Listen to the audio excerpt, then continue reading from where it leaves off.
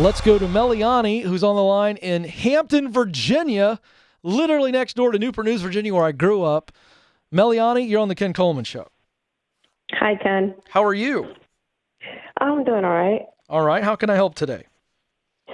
So pretty much I'm looking for a career change once things get settled down, and I've been thinking about doing nursing. I'm just looking for confirmation before I, dive in with the schooling, get all the education I need to start that career. Okay, great. What are you doing right now?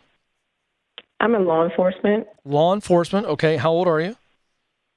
23. Oh, good. You're very young. My goodness. That's fantastic. I always like to hear the age so we know what we're up against. And how long would the nursing program take? Do you know that? Yeah, so there's 2 schools that actually offer BSN within 28 months. Mm-hmm. Okay, good. All right, so you know that, and you know how much it's going to cost. Are you going to be able to pay for that cash flow, or hopefully you're not going to go into a debt on that, correct?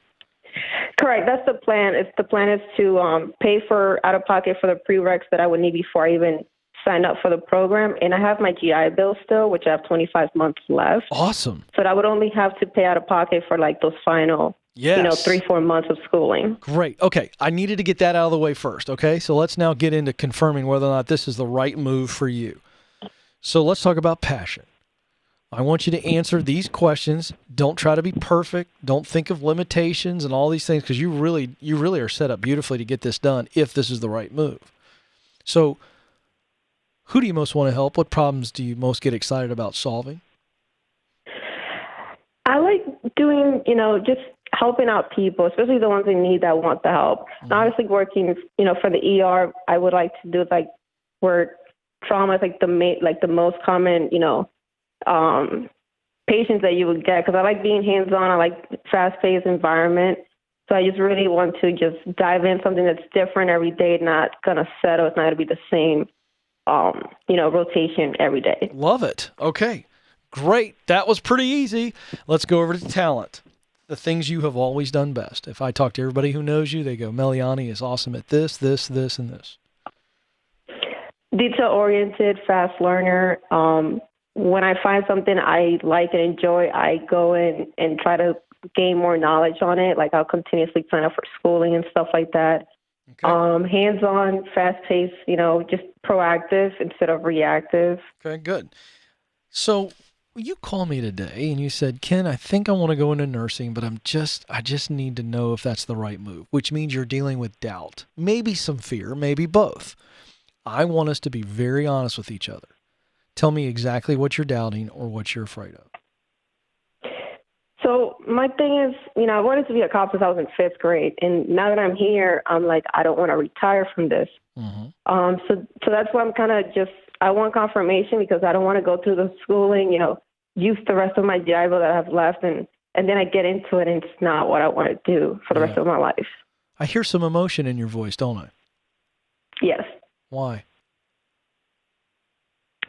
It's just, personally, it's just been really hard. Like I'm going through some stuff right now, and I think that's also affecting how I view my current career now, is because I had a lot of passion for, law enforcement. We don't get paid enough, mm-hmm. But now financially I'm being more restricted to things, and my line of work right now, it's not really making ends meet. So, mm-hmm. Becoming an RN, I would definitely get a boost in my income, and I would still have, that daily intense, fast rotation, mm-hmm. still helping people.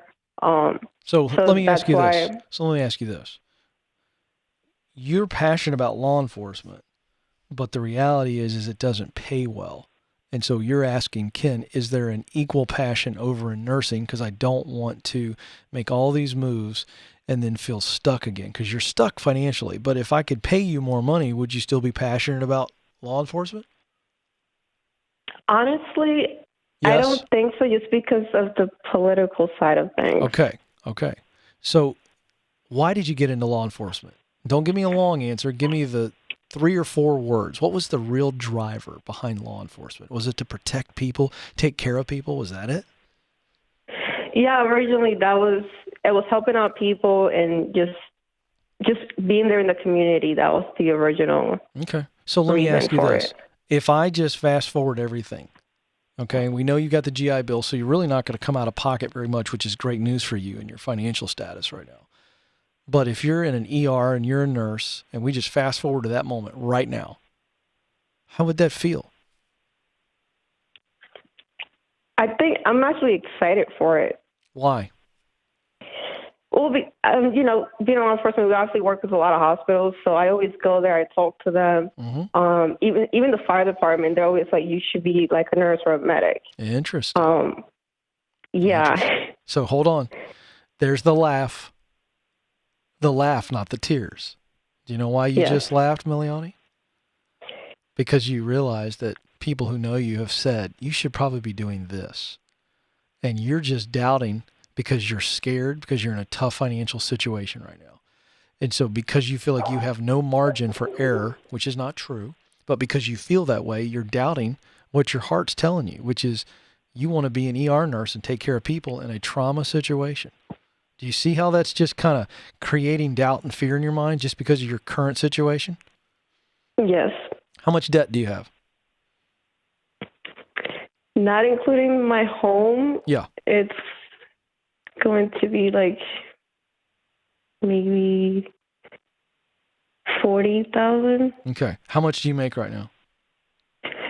40,000. Okay. Are you single? Are you in a relationship? What's the status?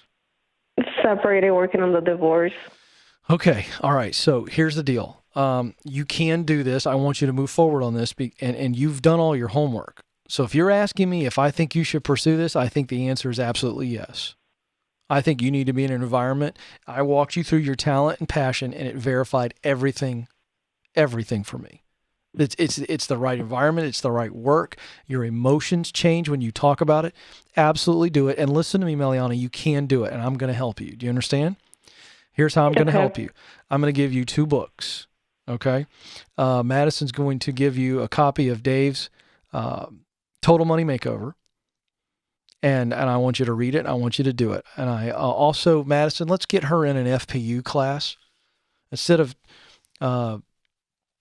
of just the book, I want her to take a class on me. I want you to get in FPU, get around a community of people that are paying their debt off, and it's going to just fire you up. You're going through a tough time right now. You need community. People who are cheering you on, lifting you up, not tearing you down.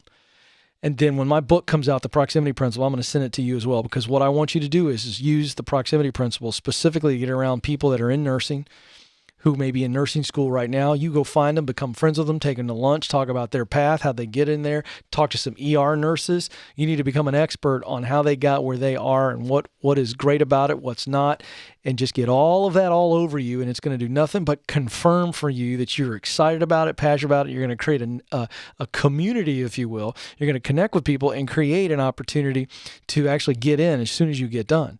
And they're going to spur you along. Okay. And I want you to just keep your head up this whole time. You're going to get there before you know it. You got a great plan, and it's going to work. You know, folks, I can't say this enough. I talked about it earlier. I didn't plan this. I never know who the calls are going to be.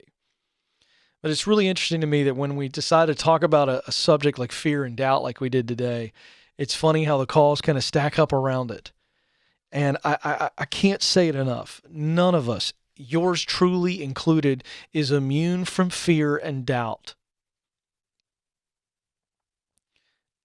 And so I don't want you to feel badly if you're experiencing fear or if you're experiencing doubt. Understand that those thoughts come in and they're uncontrolled when they come in. However, they are controlled on whether or not we let them ring around in our heads and seep down to our hearts. Get the fear, get the doubt out of your head before it can seep down into your heart. You got to do it or it's going to paralyze you. It's going to make you question everything. It's okay to have fear and doubt. It's not okay to soak on it and let it sit.